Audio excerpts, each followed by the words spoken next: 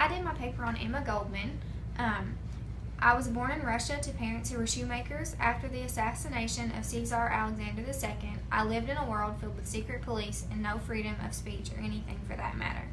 In 1885, my family moved to the United States. I had great hopes for free expression and gender equality. However, I was much disappointed. I'm a very active anarchist, and I believe in total freedom from government. I knew I needed to play an active role against oppression and government when I read and saw the horrors and deaths of the Haymarket anarchists. The event occurred in Chicago, where the McCormick plant workers were protesting peacefully when hundreds of police officers began shooting and a bomb exploded. Up to 70 people lost their lives. However, the identity of the person who threw the bomb was never known. The courts began to blame the Haymarket anarchists, especially the leader, Albert Parsons.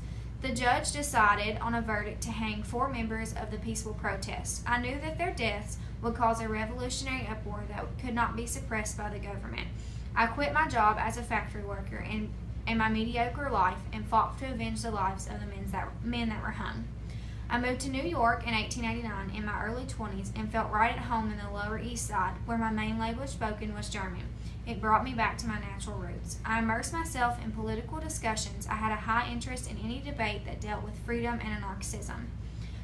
When reading about anarchism, I noticed that they were very much like the Russian revolutionaries who were present around me in St. Petersburg in my teenage years, just before I came to the United States.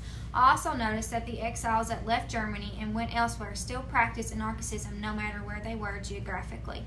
I was particularly interested in anarchism individuals in the United States who focused on social relationship and lifestyle. Anarchism particularly focused on individual liberties. I was especially interested in the activities of Moses Harman and the Lucifer Group, whose early work focused on free speech, which I realized was one of the most important liberties of each human being, and I knew I needed to fight for because, after all, that was what the Haymarket anarchists were killed for. One of my major influences on my way of thought was Sigmund Freud, whose lecture I attended several times. He brought my thoughts to life when he explained formative influences of childhood. I grew up in a home where my father was violent and even sometimes abusive. I believed strongly that sexuality was a critical social force and that it was needed for free expression.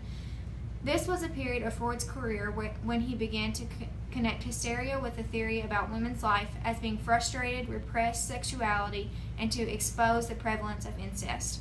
I used Freud's ideas of sexuality as free and harmonious to explain my idea of free love. I used his theories to explain my many early affairs and also how the rape by my father influenced my life decisions of love and sexual desires to be a free sexual spirit. I, like the rest of the anarchists, believed in free and equal rights of everyone, regardless of race, sex, or economic class. But I took that one step further thanks to the work of Freud and believed that each person had the right to free love. I then met Alexander Berkman. He became one of the most important people in my life and also my most valuable colleague.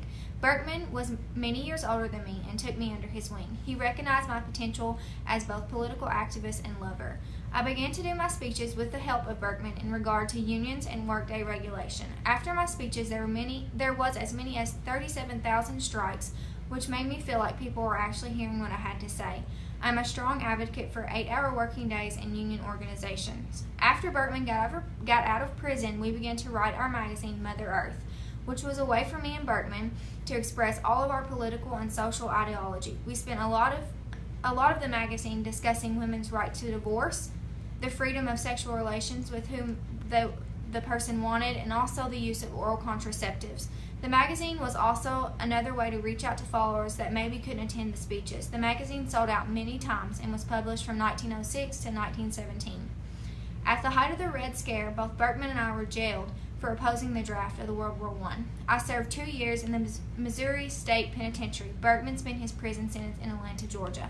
In 1919, during the height of communism in Russia, Berkman and I were exiled from the United States to Soviet Russia, where I spent out the rest of my life, and then we settled in France, where I wrote one of my most notorious autobiographies called Living My Life.